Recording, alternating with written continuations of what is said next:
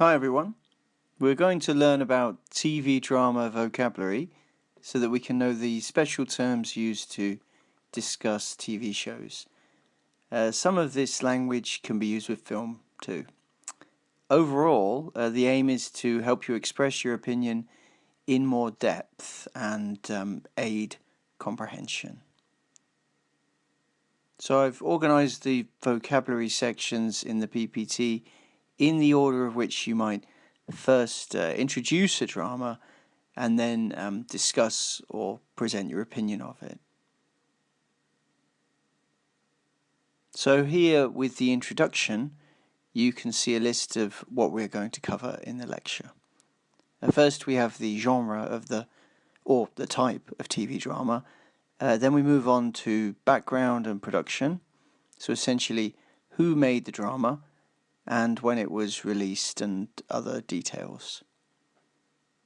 Next, we'll look at how to briefly summarize the plot or story.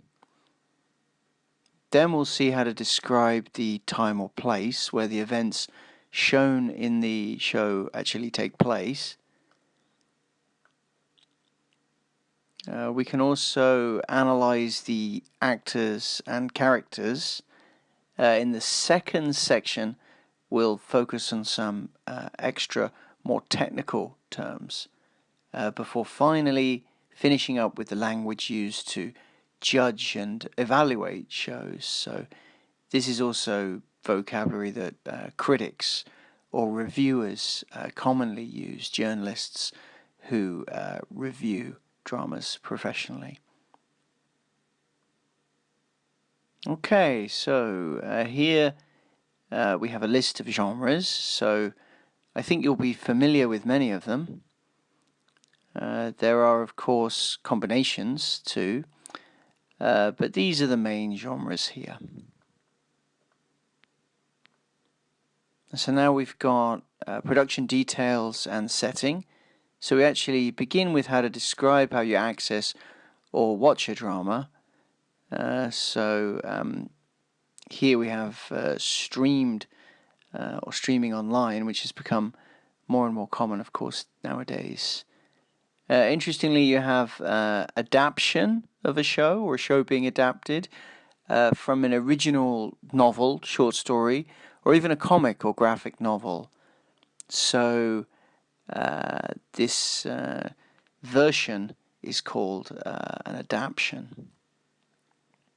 We also have remake here, which is when there is an older version and they've basically made a newer version based on that original one. There's an example here that connects all of that together too. At the bottom, we can see that setting means the time and the place, or even the world or universe where the events of the story take place. That's very important for introducing a drama.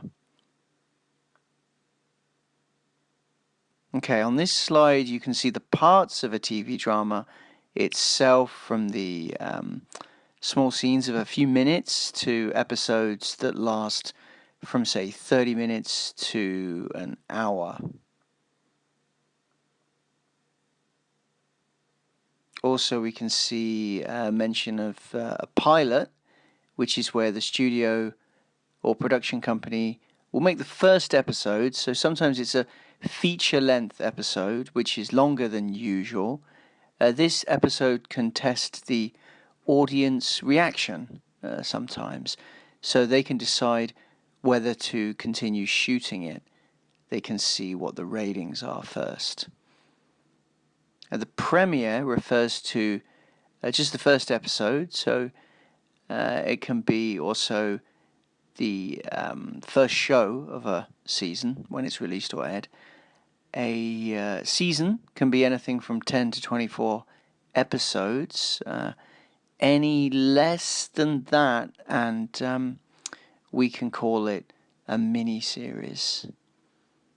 So it can be confusing for non-native English speakers. That often season will be called series in British English. Okay, so there's a very common term, binge watching. Okay, it's informal, it's slang, but it isn't rude. It means watching a lot of episodes one after another, which is very popular with streaming services nowadays.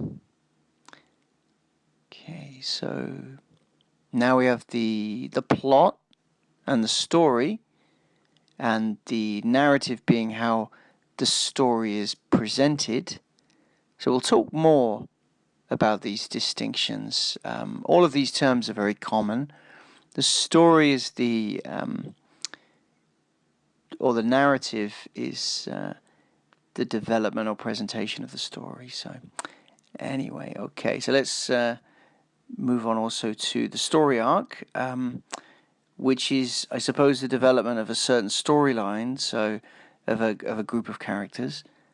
The climax or finale is essentially the final episode or the end of a season or a whole show, and it's something you see commonly advertised. We've also got a plot twist too, which is an unexpected change in the story to surprise or shock or excite viewers. And very important, you've also got spoilers, which is when a review or even a friend unfortunately tells you what happens in the drama before you've seen it, and basically ruins it, really, or spoils it for you.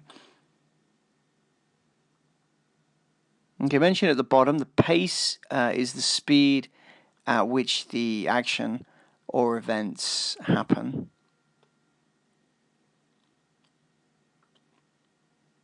Okay, so the cast refers to the drama's actors. Well cast is a suitable or good choice of actor for the part. Miscast or miscast refers to it being the wrong choice. Typecast is interesting since it's when an actor becomes associated with playing a certain role. It's negative in the way that they are good at playing that kind of part, usually, but they get stuck doing it and they can't really challenge themselves anymore. So actors are sometimes worried about taking on superhero roles, for example, because they worry that people might think of them in that role always.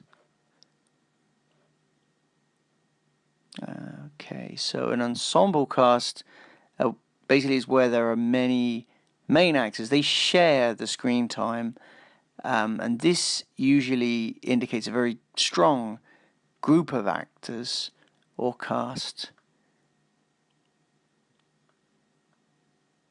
Okay, so I believe you'll be familiar with a lot of the vocabulary here. The main protagonist is the main actor, and the antagonist is the kind of villain or anti-hero, I guess. Character arc is the development of the character or journey they take in the drama, you might say, what happens to them and where they end up.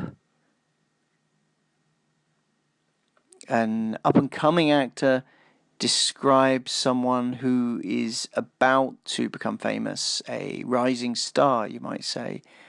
Their performances or their acting in recent shows means they are becoming more and more successful. Okay.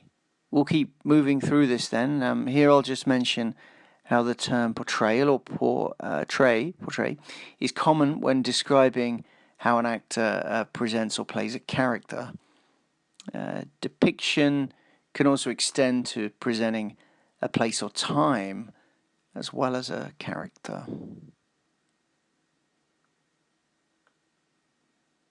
Okay, so we'll go through the additional vocabulary. Okay, here we see that the writing is referenced If it's well written, the script is excellent, and the dialogue, which is when the characters talk, it must work well then too. The rest of the vocabulary mentioned here is to do with the actual filming process.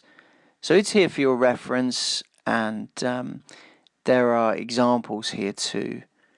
We'll certainly look at it more, and feel free to ask me any questions about this vocabulary too.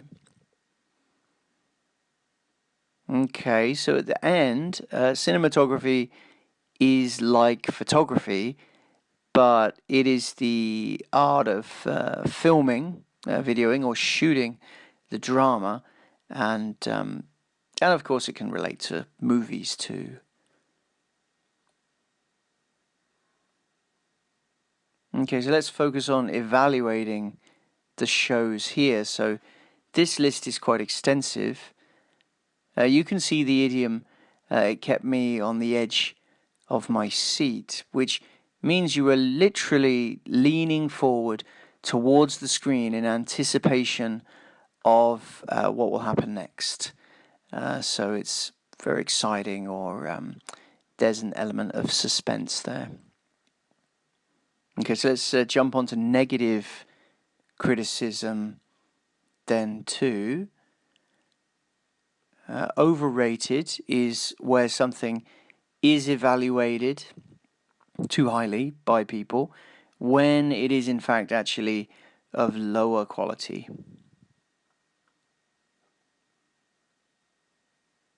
Okay, cliched is a French word used commonly in English to describe when something is unoriginal and doesn't contain or show anything new or unique.